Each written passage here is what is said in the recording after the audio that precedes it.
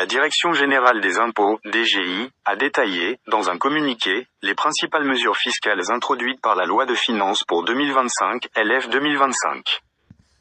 Ces dispositions s'articulent essentiellement autour de 5 grands axes: la protection du pouvoir d'achat du citoyen, le soutien à l'investissement et à la protection de l'économie nationale, le renforcement de la conformité et de l'équité fiscale ainsi que l'inclusion financière, la simplification et l'harmonisation des procédures fiscales, et la mobilisation des ressources fiscales, explique la DGI dans son communiqué, repris par l'agence APS.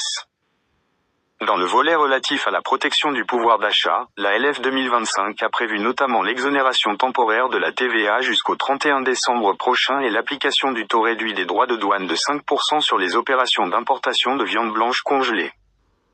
La loi de finances, en vigueur depuis le début de l'année en cours, a également reconduit l'exonération de la TVA des opérations d'importation et de vente légumes secs et du riz, de vente des fruits et légumes frais, des œufs, de poulet de chair et de la dinde, produits localement. En outre, il est prévu de prolonger le délai accordé aux importateurs, transformateurs d'huile brute de soja pour entamer le processus de production de cette matière première, d'exonérer de la TVA et de la taxe intérieure de consommation, et d'appliquer un taux réduit des droits de douane sur l'importation de café jusqu'au 31 décembre 2025. S'agissant du soutien à l'investissement et de la protection de l'économie nationale, la loi prévoit d'accorder un abattement du bénéfice imposable, au titre des dépenses engagées dans les activités de recherche et développement réalisées au sein de l'entreprise, ainsi que celles engagées dans le cadre de programmes d'innovation ouverte, réalisés avec des start-up ou des incubateurs d'entreprises. Elle comprend aussi des avantages fiscaux en faveur des start-up, des projets innovants et des incubateurs d'entreprises afin de les encourager, notamment à travers l'exonération des droits de mutation sur les acquisitions immobilières liées à la création d'activités industrielles, l'exonération des droits d'enregistrement sur les actes portant création de sociétés par les détenteurs du label « Projet innovant », ainsi que la prorogation de 2 ans des exonérations relatives à l'IRG et l'IBS accordées aux incubateurs sous réserve de renouvellement de leur label.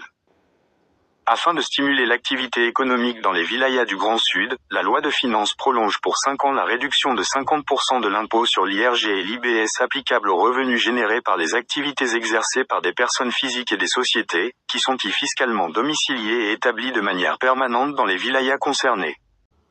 Dans le cadre de la relance de l'activité touristique, la loi prévoit la prolongation du taux réduit de la TVA de 9% sur les services liés aux activités touristiques, hôtelières, thermales, de restauration touristique classée, de voyage et de location de véhicules de transport touristique, et ce, jusqu'au 31 décembre 2027.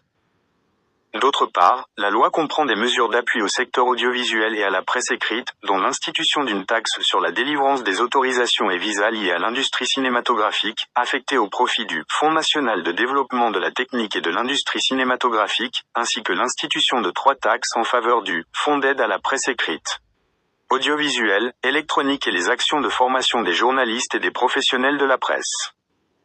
En ce qui concerne le renforcement de la conformité fiscale et de l'équité fiscale, ainsi que le soutien à l'inclusion financière, plusieurs mesures ont été prises, dont la réaménagement des modalités d'imposition du régime de l'IFU, le réencadrement du droit de communication exercé par l'administration, la fixation de la date de décompte de souscription de la déclaration d'existence, le renforcement des garanties légales pour les contribuables vérifiés, la promotion de l'utilisation des moyens de paiement électronique ainsi que l'octroi d'incitations fiscales en faveur des soukouks souverains.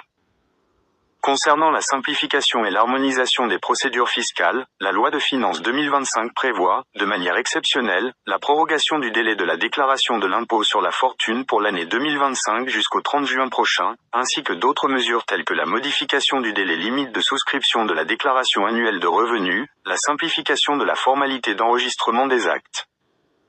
Enfin, en ce qui concerne la mobilisation des ressources fiscales, la loi prévoit des mesures de réaménagement des modalités d'imposition des activités liées au tabac, réaménagement des impositions sur les pierres précieuses et les métaux précieux, augmentation du taux de la taxe foncière appliquée aux propriétés secondaires inoccupées, et la révision à la hausse du tarif de la vignette automobile pour les véhicules ayant une puissance de 10 chevaux ou plus.